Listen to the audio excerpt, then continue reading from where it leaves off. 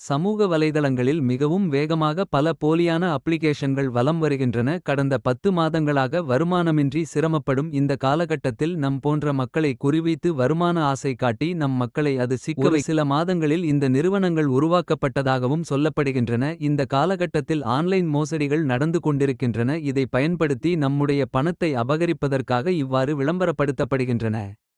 சில social media செய்திகள் ஏன் வாட்ஸ்அப் குழுக்கள் சில அப்லைன் சொல்லி வருகின்றனர். நீங்கள் உண்மையை சொல்வார்கள் என்று நம்பிய சிலர் எங்களைப் போன்ற நபர்களிடம் போன் செய்து கேட்கின்றனர். ஆனால் ஒரு சிலர் இப்படித்தான் பொய்யான தகவல் பரப்புகின்றனர். எனவே மக்களே உஷார், மக்களே உஷார்.